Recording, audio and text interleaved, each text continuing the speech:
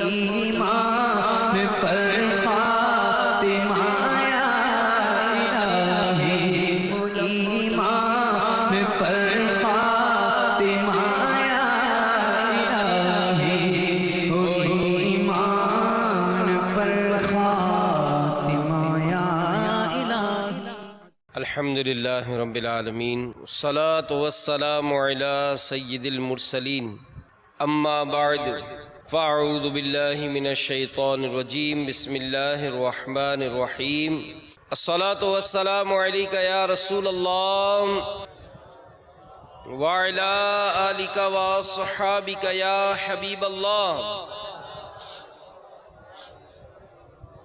الصلاة والسلام علیک یا نبی اللہ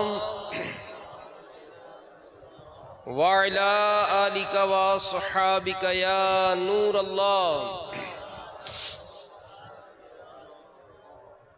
نویت سنت الاعتکاف، فرمان مصطفیٰ صلی اللہ تعالی علیہ وآلہ وسلم، نیت المؤمن خیر من عملہ، مسلمان کی نیت اس کے عمل سے بہتر ہے۔ اللہ کی رضا کے لیے اور ثواب بڑھانے کے لیے آئیے کچھ اچھی نیتیں کر لیتے ہیں کہ رضا الہی کے لیے، حصول ثواب کے لیے، علم دین حاصل کرنے کے لیے بیان میں شریک رہوں گا۔ تعظیم علم دین کی خاطر جتنا ہو سکا دو زانوں بیٹھ کر کان لگا کر توجہ کے ساتھ بیان سنوں گا۔ جو باتیں سنوں گا اسے یاد رکھوں گا، عمل کروں گا، دوسروں تک پہنچانے کی کوشش کروں گا۔ شیخ طریقت امیر اہل سنت بانی دعوت اسلامی حضرت علامہ مولانا ابو بلال محمد الیاس عطار قادری رضوی ضیائی دامت برکاتہم العالیہ اپنے رسالے ضیاء درود و سلام میں فرمان مصطفیٰ صلی اللہ علیہ وآلہ وسلم نقل فرماتے ہیں کہ جو مجھ پر 100 مرتبہ درود پاک پڑھے گا، اللہ عز و جل اس کی 100 حاجات پوری فرمائے گا۔ ان میں سے 30 دنیا کی ہیں اور 70 آخرت کی۔ صلو علی الحبیب صلی اللہ تعالی علی محمد وعلی آلہ وصحبہ وبارک وسلم، صلاۃ و سلام علیک یا سیدی یا سیدی یا رسول اللہ۔ میٹھے میٹھے اسلام بھائیوں، دنیا میں یہ بدشگونی ایسی بیماری ہے جو پھیلی ہوئی ہے۔ تو میں سب سے پہلے ایک حکایت عرض کرتا ہوں، اس کے بعد اس کے حوالے سے چند ایک مدنی پھول پیش کروں گا، اور اس کے بعد شگون کی قسمیں، قرآن پاک کی آیات، احادیث مبارکہ، اور اس بارے میں سرکار اعلی حضرت رحمۃ اللہ تعالی علیہ کا مبارک فتویٰ، یہ بھی انشاءاللہ گوش گزار کرنے کی سعادت حاصل کروں گا۔ ایک شخص کا بیان ہے کہ ایک مرتبہ میں اتنا تنگ دست ہو گیا کہ بھوک مٹانے کے لیے مجھے مٹی کھانی پڑی، مگر پھر بھی بھوک ستاتی تھی۔ میں نے سوچا کہ کاش کوئی ایسا شخص مل جائے جو مجھے کھانا کھلا دے۔ چنانچہ میں ایسے شخص کی تلاش میں ایران کے شہر اہواز کی طرف روانہ ہوا، حالانکہ وہاں میرا کوئی جاننے والا نہیں تھا۔ جب میں کنارے پہنچا تو وہاں کوئی کشتی موجود نہیں تھی، تو میں نے اسے بدفعلی سے محمول کیا، یار دیکھو یار آج تو دن خراب نکلے گا۔ ہوتا ہے نا کہ بس اسٹاپ پر پہنچے، بس ہاتھوں ہاتھ مل گئی، یار آج کا دن اچھا گزرے گا۔ بس نہیں ملی یا بس رکی نہیں، ہاتھ دیا نکل گئی، ارے یار آج تو کیا دن خراب نکلے گا۔ تو اس شخص نے جب کنارے پہ پہنچا، کہتا ہے کشتی نہیں تھی، تو میں نے کہا کہ خیر نہیں، آج تو بھائی آج دن خراب نکلے گا۔ اچھا، پھر مجھے ایک کشتی نظر آئی، اس میں بیٹھا تو دیکھا کہ اس میں سوراخ ہے۔ یہ دوسرا میں نے سوچا کہ یار دیکھو ملی بھی تو ایسی ملی ہم کو۔ خیر میں نے کشتی کے ملاح جو کشتی چلاتا ہے، تو اس سے پوچھا تمہارا نام کیا ہے؟ تو اس نے کہا دیوزادہ۔ اب عربی میں دیوزادہ جو ہے نا شیطان کو کہا جاتا ہے۔ تو یہ میں نے تیسرا بدفعلی نکالی کہ یہ بھی ایسا ملا مجھ کو۔ بہرحال میں کشتی میں سوار ہو گیا۔ جب دریا کے دوسرے کنارے پر پہنچا تو میں نے آواز لگائی کہ اے بوجھ اٹھانے والے مزدور، میرا سامان لے چلو۔ اس وقت میرے پاس ایک پرانا لحاف اور کچھ ضروری سامان تھا۔ جس مزدور نے مجھے جواب دیا وہ ایک آنکھ والا تھا، اس کی ایک آنکھ ہی نہیں دی۔ میں نے کہا لے بھائی یہ بھی ڈیفیکٹڈ ملا اپنے کو ہے، تو یہ بھی چوتھا بدفعلی نکالی میں نے۔ میرے جی میں آئی کہ یہاں سے واپس لوٹ جاؤں کہ آج تو صبح سے ہی ایسا دن خراب نکل رہا ہے، لیکن پھر اپنی حاجت کو یاد کر کے واپسی کا ارادہ ترک کر دیا۔ جب میں مسافر خانے پہنچا تو ابھی یہ سوچ ہی رہا تھا کہ کیا کروں، اتنے میں کسی نے دروازہ کھٹکھٹایا۔ میں نے پوچھا کون؟ جواب ملا میں آپ ہی سے ملنا چاہتا ہوں۔ اب میں نے کہا کہ کیا تم مجھے جانتے ہو میں کون ہوں؟ جواب دیا ہاں۔ اب کہا مجھے ویسے ہی گھبراہٹ تھی، تو میں نے دل میں سوچا کہ یا تو یہ دشمن ہے یا پھر بادشاہ کا قاصد ہے۔ میں نے کچھ دیر سوچنے کے بعد دروازہ کھول دیا۔ اس شخص نے کہا کہ مجھے فلاں شخص نے آپ کے پاس بھیجا ہے اور یہ پیغام دیا ہے کہ اگرچہ میرے آپ سے اختلافات ہیں لیکن اخلاقی حقوق کی ادائیگی ضروری ہے۔ میں نے آپ کے حالات سنے ہیں، اس لیے مجھ پر لازم ہے کہ آپ کی ضروریات کی کفالت کروں۔ اگر آپ 1 یا 2 ماہ تک میرے یہاں قیام کریں تو آپ کی زندگی بھر کی کفالت کی ترکیب ہو جائے گی، اور اگر آپ یہاں سے جانا چاہتے ہیں تو یہ 30 دینار ہیں، انہیں اپنی ضروریات پہ خرچ کر لیجئے اور تشریف لے جائیے، ہم آپ کی مجبوری جانتے ہیں۔ اس شخص کا بیان ہے کہ اس سے پہلے کبھی بھی میں 30 دینار کا مالک نہیں ہوا تھا، نیز یہ بات بھی مجھ پر ظاہر ہو گئی کہ بدشگونی کی کوئی حقیقت نہیں۔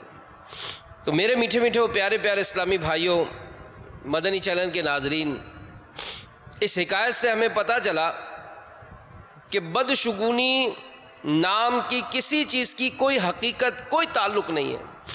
وہ شخص دوران سفر اپنے ذہن کے مطابق بدشگونیوں کا شکار ہوا، یہ سوچنے لگا کہ اب سفر کر کے واپس جانا چاہیے، اسی میں عافیت ہے، کیونکہ اس کے خیال کے مطابق اتنی ساری بدفعلیوں کے بعد اس کا حاجت کا پورا ہونا ممکن نہیں ہے، لیکن اس کی حاجت شدید تھی، اس لیے سفر ختم نہ کیا، اور جب وہاں پہنچا تو اس کی توقع سے زیادہ اس کو رقم مل گئی جو اس سے پہلے اس نے کبھی نہیں دیکھی تھی۔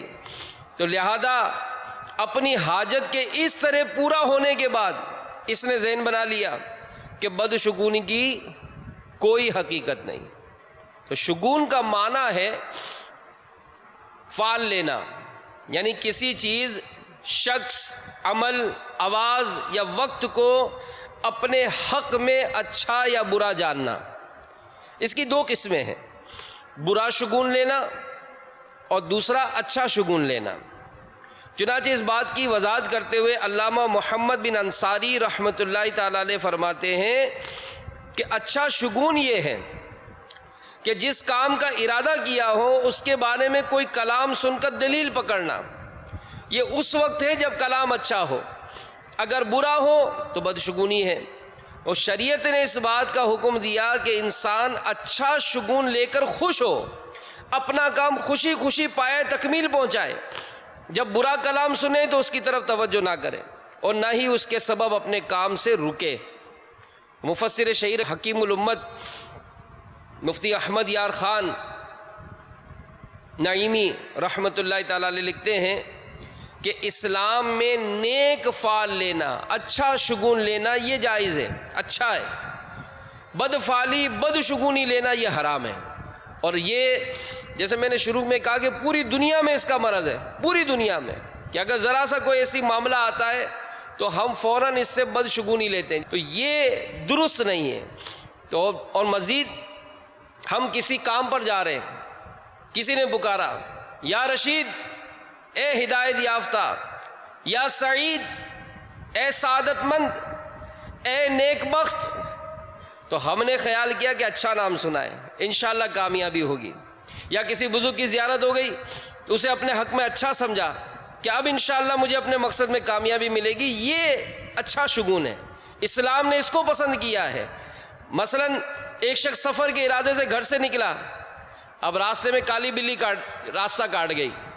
اب سوچا کیا کرے بھائی، دادی تو منع کرتی تھی، ایک کالی بلی کٹ گئی، اب جانا نہیں ہے، واپس چلو. تو یہ کالی بلی کا راستہ کاٹ کے جانا اور پھر ہمارا کام سے رک جانا، یہ ضرور یہ اس کی اجازت نہیں ہے.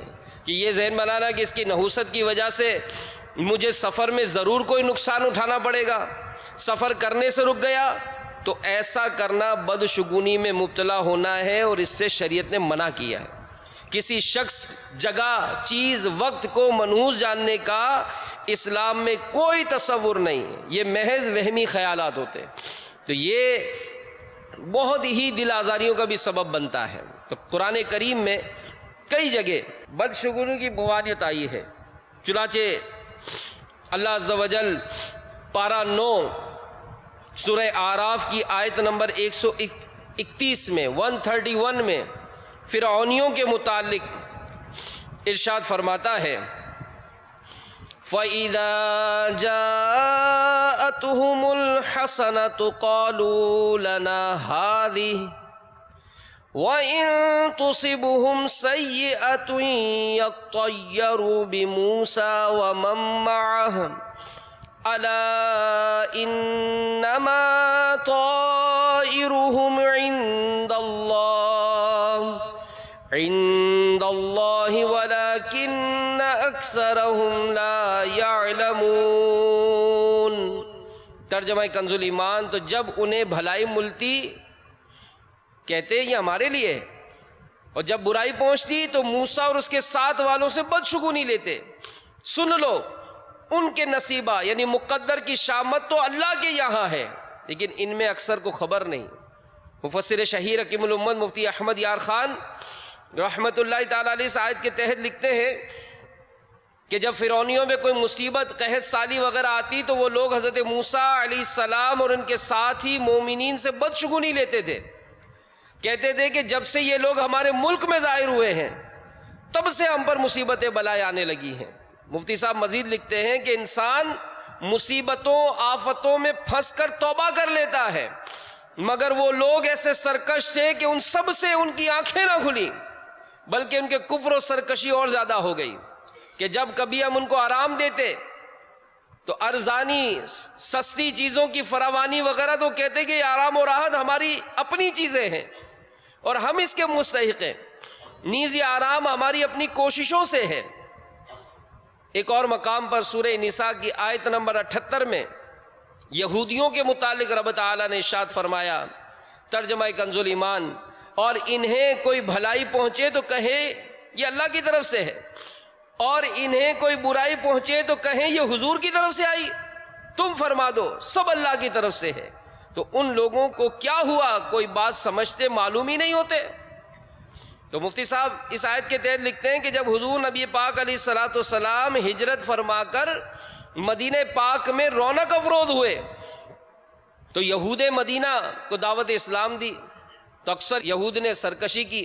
ان میں بعض لوگ تقیہ کر کے، یعنی اپنے کفر کو چھپاتے ہوئے کلمہ پڑھ کر مسلمانوں میں گھس آئے اور طرح طرح سے مسلمانوں کو نقصان پہنچانے لگے، جس کی سزا میں کبھی وہاں وقت پر بارش نہ ہوتی، کبھی پھل کم ہوتے، جیسا کہ گزشتہ امتوں کا حال ہوتا رہا.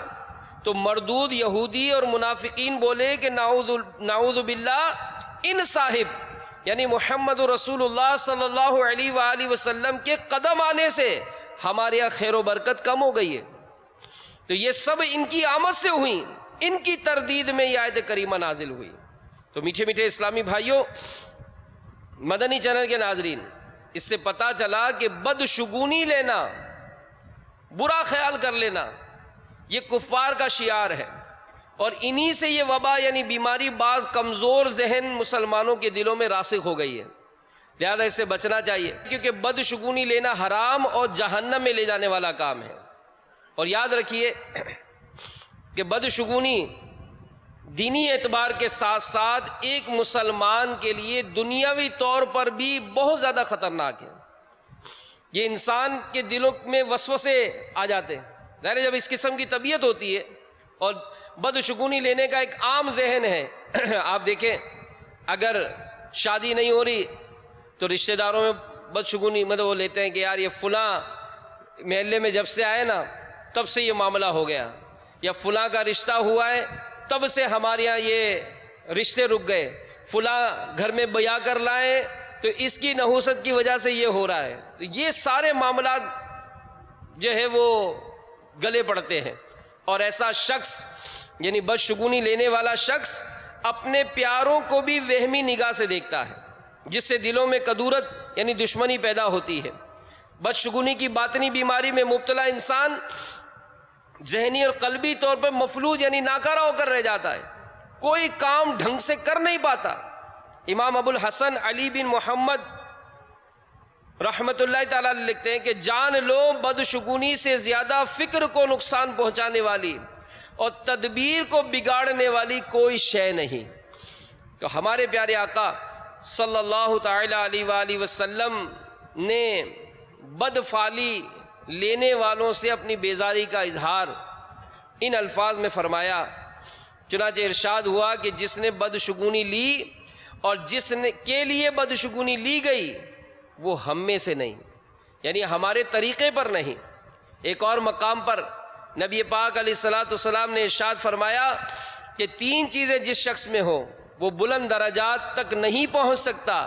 نمبر 1، جو اپنی اٹکل سے غیب کی خبر دے یعنی آئندہ کی بات بتا دے، یا نمبر 2، فال کے تیروں سے اپنی قسمت معلوم کرے، نمبر 3، بدشگونی کے سبب اپنے سفر سے رک جائے۔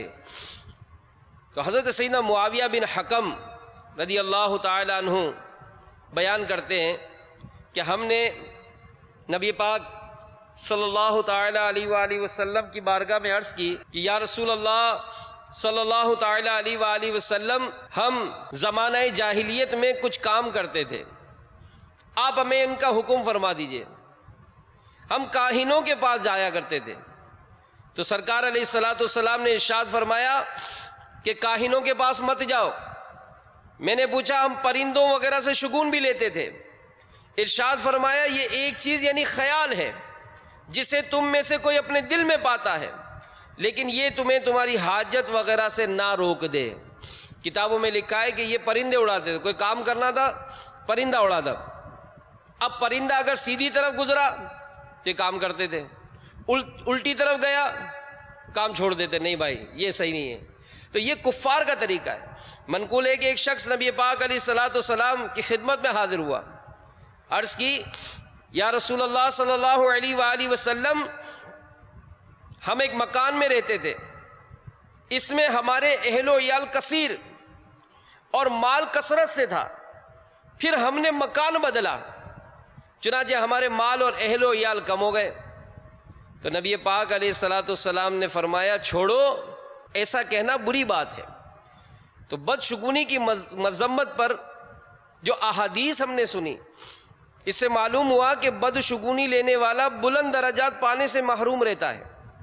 ایک شخص کے بارے میں نبی پاک علیہ الصلوۃ والسلام نے ارشاد فرمایا کہ وہ ہمارے طریقے پر نہیں۔ اسی طرح جب ایک صحابی نے اپنے مکان کے بارے میں شکایت کی کہ جب سے اس مکان میں ہم گئے ہمارے اہل و عیال مال میں کمی آ گئی، تو پیارے آقا صلی اللہ علیہ وآلہ وسلم نے فوراً اس خیال کی نفی کرتے ہوئے فرمایا کہ ایسا کہنا بری بات ہے۔ بدقسمتی سے یہ بدشگونی ہمارے معاشرے میں بہت عام ہے، یا وہ گھر بڑا برکت والا تھا، وہ اس میں تو بڑا مال کمایا تھا، یہاں جب سے آئے نا تب سے تو اپنا حساب کتاب ہی خراب ہو گیا۔ تو یہ یاد رکھیے کہ یہ اس چیز سے تربیت لیں، اور اس معاملے میں اگر اور مزید معلومات لینا چاہتے ہیں تو دعوت اسلامی کے مکتبۃ المدینہ کی ایک بڑی پیاری کتاب ہے بدشگونی، یہ ضرور پڑھیں۔ اس میں بہت ساری مثالیں دی ہیں، بہت ساری مثالیں دے کر سمجھایا گیا ہے کہ بدشگونی کس کس طرح سے کس طرح معاشرے میں ہے۔ اور ہمارے یہاں بہت ہے کہ اگر کینچی چلائیں، کوئی خالی کینچی چلا رہا ہو تو فوراً نہ چلاؤ لڑائی ہو جائے گی، تو یہ بہت عام ہے۔ اگر دانت کسی کے کو الٹے نکلے تو یہ مشہور ہوتا ہے کہ یہ بچہ اپنے ننیال والوں پہ بڑا بھاری پڑے گا، ماموں سے بڑا لڑائی کرے گا یہ. اچھا کوئی سو رہا ہو بچہ اور اس کے اوپر سے کوئی گزر جائے، بس اب اس کا قد تھوڑی بڑھے گا، یہ تو چھوٹا ہی رہ جائے گا. اسی طرح صبح صبح اگر ایمبولینس کی آواز سن لی تو اس پر بھی اب تو سارا دن تو ایسے ہی گزرے گا.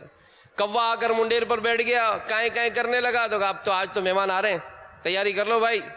تو اس طرح کے بہت ساری مثالیں اس میں دی گئی ہیں، اور یہ مختلف علاقوں کے مختلف ہوتے ہیں. یعنی یہاں تک لکھا گیا کہ جاپان میں یہ ہاتھ کی لکیروں سے اتنا مطلب وہ لیتے ہیں کہ باقاعدہ سرجری کروا کر اپنے مطلب کی لائن کھنچوا لیتے ہیں کہ بھائی یہ لائن جو ہے نا یہ دولت لاتی ہے. تو اب سرجری کرا رہے ہیں کہ سرجری کرا کر یہ جو دولت والی لائن ہے نا یہ اس کو بڑا کرنا ہے، کہ یہ لائن جو ہے جناب یہ لائن یہ شادی نہیں ہوگی اس کی، تو چلو بھائی ڈاکٹر صاحب کے پاس جاؤ یہ لائن ہی لمبی کر دے کہ شادی ہو جائے گی. تو اب یہ عجیب و غریب ذہن، اور کہلاتے کون ہیں؟ پڑھے لکھے لوگ ہیں.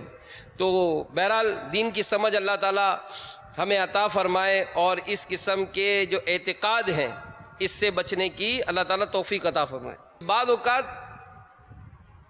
ایسا بھی ہوتا ہے کہ اگر کوئی ایسا شخص محلے میں ہے یا مارکیٹ میں ہے، اب ایسا غریب شخص اگر کوئی ہوتا ہے نا جس کی آنکھ نہ ہو، جس کا پیر میں تھوڑا لنگ ہو، جو ایسا مطلب تھوڑا صاف شکل و صورت والا نہ ہو، وہ مشہور کرتے ہیں یار یہ بڑا منحوس ہے یار، اس کو دیکھیں گے نا تو یہ کہاں سے نظر آ گیا، یہ بڑا منحوس، آج تو سارا دن ہمارا خراب نکلے گا کہ یہ منحوس کہاں سے نظر آ گیا. تو اس طرح کے معاملات کر کے بھی جو ہے وہ بدشگونی لی جاتی ہے. اس کتاب میں لکھا ہے ایک بادشاہ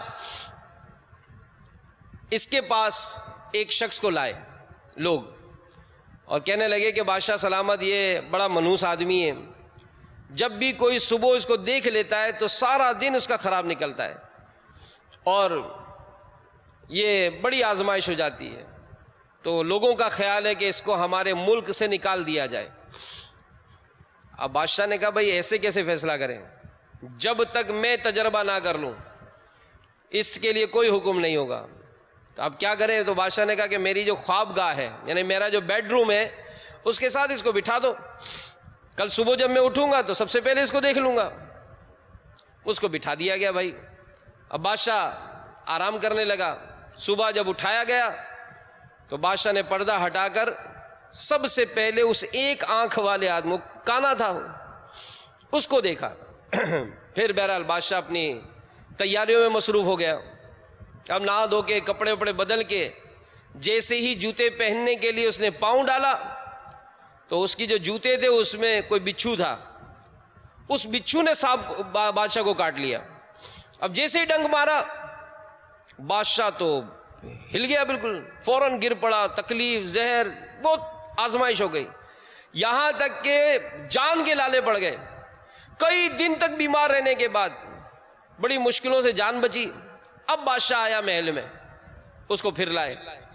اب جیسے بادشاہ نے دیکھا کہ یہ منحوس کہاں سے لے آئے، یہی تو ہے جس کو صبح صبح میں نے دیکھا تھا، ملک سے باہر نکال دو اس کو.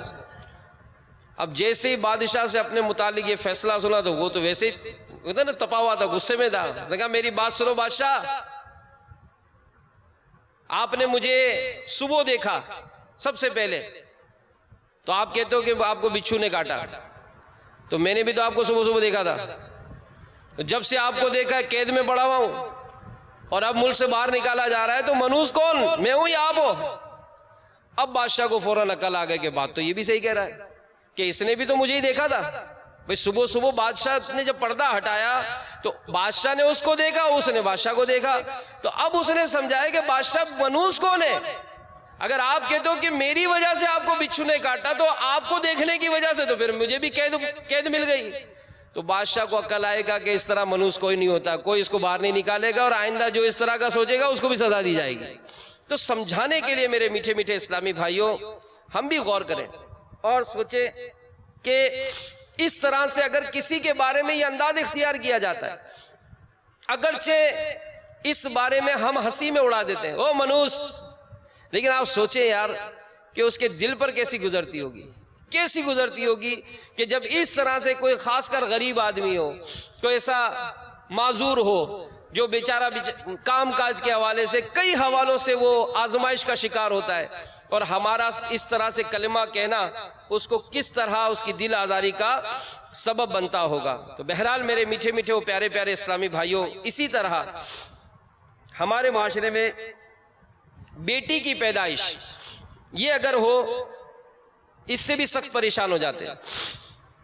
حالانکہ بیٹا ہو یا بیٹی یہ دونوں اللہ کی نعمتیں، مگر اور مسلمان کو اس نعمت پر اللہ کا شکر ادا کرنا چاہیے۔ تو عموماً دیکھا جاتا ہے، مذہبی کہلانے والے بھی عموماً دیکھا جاتا ہے، آ کر دعا کرائیں گے کہ دعا کرنا ہمارے یہاں بچے کی ولادت کا سلسلہ ہے۔ اچھا بھئی کئی دنوں بعد پوچھے بھئی کیا ہوا، بچہ ہونا تھا، کہاں وہ بیٹی پیدا ہوئی ہے۔ اور اگر بیٹا پیدا ہو تو مٹھائی کا ڈبہ لے کے گھومتے ہیں کہ بھئی میرے یہاں بیٹا پیدا ہوا، بیٹا پیدا ہوا۔ تو کیا وہ پتہ چلتا ہے کہ بیٹی کی ولادت کو یہ بھاری سمجھا جاتا ہے۔ اور امیر اہل سنت نے اس میں بڑا پیارا ایک رسالہ لکھا ہے کہ زندہ بیٹی کنویں میں پھینک دی۔ یہ رسالہ پڑھیں، آپ کانپ جائیں گے کہ ہمارا معاشرہ کس طرف جا رہا ہے، کہ آج کا نادان مسلمان اب اگر بچی پیدا ہوتی ہے تو اس کو کچرا کنڈی پہ پھینک دیتا ہے، اس کو ویران جگہوں پہ چھوڑ دیتا ہے، اس کو سیڑھیوں پہ رکھ دیتا ہے، اس کو اسپتال کے باتھ روم میں ڈال کے آ جاتا ہے کہ نہ بابا مجھے بچی نہیں چاہیے، بچی پیدا ہو گئی۔ تو میرے میٹھے میٹھے وہ پیارے پیارے اسلامی بھائیوں، خاص کر دنیاوی طور پر لڑکیوں سے والدین کو اور خاندان کو بظاہر کوئی فائدہ نہیں ہوتا ہے، کثیر اخراجات ان کی شادی میں باپ کے کندھوں پر آن پڑتا ہے، اور شاید اسی وجہ سے بعض نادان بیٹیوں کی ولادت پر ناک چڑھاتے ہیں اور بچی کی امی کو طرح طرح کی وہ دھمکیاں دیتے ہیں، طلاق دے دیتے ہیں، جان سے مار ڈالتے ہیں۔ جی ہاں، اس کتاب رسالے میں لکھا ہے کہ ایسے ظالم بھی ہیں کہ جس نے بیٹی پیدا کرنے پر یعنی دھمکی دی بیوی کو کہ اگر اب کی بار بیٹی کی ولادت ہوتی تو میں تجھے جان سے مار دوں گا، اور واقعی اس نے بچی کو بھی مار دیا، اس کی ماں کو بھی مار دیا اور جیل میں پڑا ہے۔ پھر سسرالی آگ لگا دیتے ہیں۔ اس طرح کے واقعات ہمارے معاشرے میں بہت عام ہیں، یہ بڑی منحوس ہے۔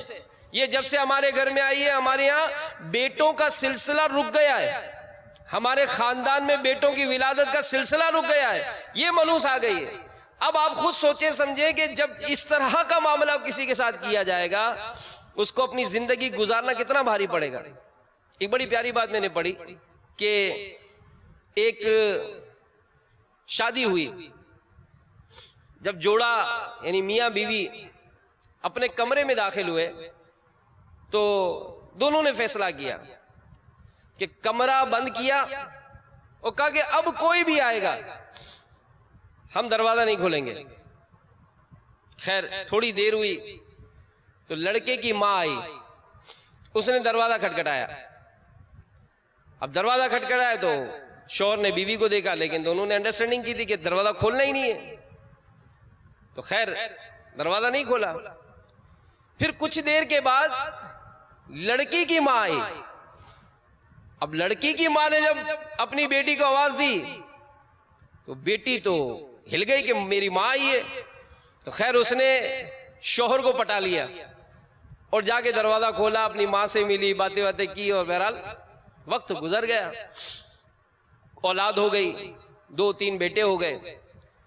ایک دن ایسا آیا کہ بیٹی کی ولادت ہوئی۔ اب جب گھر میں بیٹی آئی تو اس مرد نے اس کی بہت خوشی منائی، بہت مٹھائیاں تقسیم کرنا، خوشی کرنا۔ اب بیوی بڑی حیران کہ 3 بیٹے پیدا ہوئے، اس پر تو خوشی نہیں منائی، یہ 4تھی بیٹی پیدا ہوئی، اس پر اتنی خوشیاں کیوں؟ تو اپنے شوہر سے کہنے لگی کہ سمجھ میں نہیں آیا، ہمارے گھر میں 3 بیٹے پیدا ہوئے، آپ نے اتنی خوشی نہیں منائی، یہ بیٹی کے پیدا ہونے پر آپ اتنے خوش کیوں ہیں؟ تو وہ شوہر کہنے لگا یہی تو ہے جو دروازہ کھولے گی، یہی تو ہے جو دروازہ کھولے گی۔ تو واقعی اگر دیکھا جائے گھر میں بچے ہوتے ہیں، لڑکے بھی ہیں، لڑکیاں بھی ہیں، بیٹے بھی ہیں، بیٹیاں بھی ہیں، مگر جو محبت، جو انسیت، جو چاہت بیٹی کی طرف سے ملے گی، یہ بیٹوں کی طرف سے فی زمانہ تو بہت کم ہو گئی ہے۔ گھر والوں ماں باپ کا خیال کرنا، ان کے کاموں میں حصہ لینا، ان کے ساتھ اونچی آواز سے بات نہ کرنا، پھر اگر دنیا سے بھی چلے جاتے ہیں دنیا سے بھی چلے جاتے ہیں.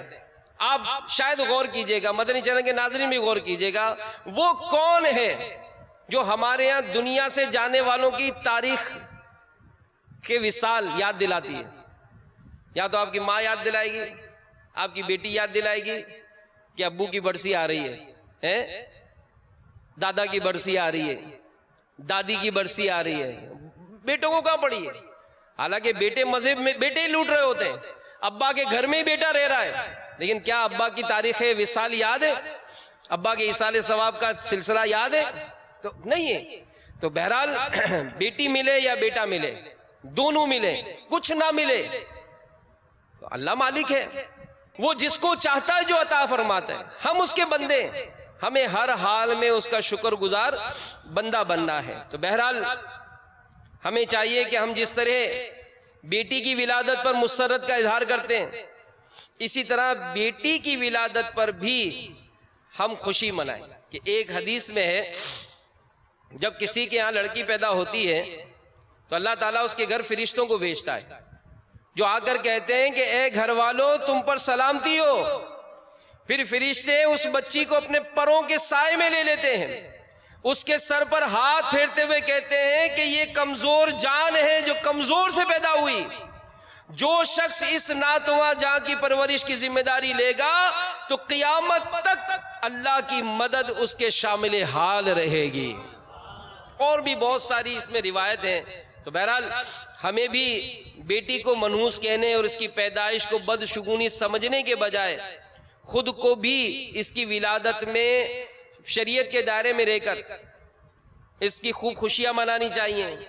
اور اس حوالے سے اس رسالے میں ہی بیٹی کے 7 حقوق بھی تحریر کیے گئے ہیں، تو اس کو بھی پڑھیں. تو بہرحال میرے میٹھے میٹھے اور پیارے پیارے اسلامی بھائیوں، بدشگونی یہ عالمی بیماری ہے اور اس کی کئی مثالیں ہیں. مثلا کسی اندھے، لنگڑے، ایک آنکھ والے، معذور افراد میں کسی کو کبھی کسی خاص پرندے یا جانور کو دیکھ کر اس کی آواز کو سن کر بدشگونی کا شکار ہو جانا. جیسے بلی کے رونے کی آواز آئی تو بدشگونی لے لینا، الو کو دیکھ لینا، اس سے بدشگونی لی جاتی ہے. کوئی کام کا ارادہ کیا اور کسی نے طریقہ کار میں نقص کی نشاندہی کر دی تو اس کام سے رک جانے کو کہا تو اس سے بدشگونی لینا کہ تم نے ابتدا میں ہی ٹانگ اڑا دی، اب میرا کام تھوڑی ہوگا. تو یہ اس کی اجازت نہیں ہے. مہمان کی رخصتی کے بعد گھروں میں جھاڑو دینے کو منحوس خیال کرنا، یہ بدشگونی، یہ بھی درست نہیں ہے. جوتا اتارتے وقت جوتے پر جوتا آ جائے تو اس سے بدشگونی لیتے ہیں. اسی طرح سیدھی آنکھ پھڑکے تو کہتے ہیں یار پتہ نہیں مولانا صاحب نے کیا کہا تھا کہ دولت آئے گی جائے گی. ہاتھ میں کھجلی ہو تو یاد کرتے یار مولانا نے کیا کہا تھا، الٹے ہاتھ میں کھجلی آئے گی تو دولت آئے گی یا سیدھے ہاتھ میں کھجلی آئے گی تو آئے گی. اب پریشان ہو جاتے ہیں، یاد کرتے یار پتہ نہیں وہاں جسم میں ہو رہی ہو نا اسی کو پھر تسلی دیتے گا یار یہ سیدھے ہاتھ کا ہی بولا تھا، یار کھجلی آ رہی نا اب دولت آئے گی یا وہ دولت جائے گی. تو یہ عجیب و غریب ہمارا حساب کتاب ہے. تو یہ اس طرح سے بہت ساری باتیں ہمارے معاشرے میں مطلب بدشگونی لی جاتی ہے. کئی ملکوں میں بھی کبھی نمبروں سے بدفالی لیتے ہیں. جیسے یورپ کے ممالک میں 13 نمبر سے 13 اس سے بدشگونی لی جاتی ہے. یعنی باقاعدہ بلڈنگ بنی ہوئی ہے 15 مالے کی، لیکن 12 کے بعد 13 نمبر نہیں ہے، 12 کے بعد 14 نمبر، بس 13 نمبر نہیں ہوگی، اس سے بدشگونی لیتے ہیں. تو اسلام میں اس کی اجازت نہیں ہے کہ اس کو حرام اور گناہ کا کام قرار دیا. اس سے بچنا بے حد ضروری ہے. مگر یہ ایسا بھیانک آسیب ہے جو ہمارے معاشرے کو اپنے پنجے میں جکڑے تباہی کے راستے پر لیا جا رہا ہے. تو اس کے بارے میں علم حاصل کریں. اور جیسا کہ میں نے عرض کیا کہ دعوت اسلامی کے اشاعتی ادارے مکتبۃ المدینہ نے بڑی پیاری کتاب بدشگونی شائع کی ہے، اس کتاب کو حاصل کیجئے. اور بھی بہت ساری اس میں ہاتھ دکھاتے ہیں، طوطے سے فال لیتے ہیں، اسی طرح ستاروں سے فال لیتے ہیں، اس کے بارے میں شرعی احکامات اور اس کے بارے میں کیا کیا احتیاطیں ہیں، کیا کیا عقائد رکھنے چاہیے. بہت ہی اہم کتاب ہے، اس کتاب کو حاصل کیجئے.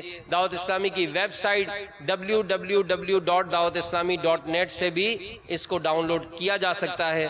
اللہ تعالی ہم سب کو عمل کرنے کی توفیق عطا فرمائے. صلو علی الحبیب.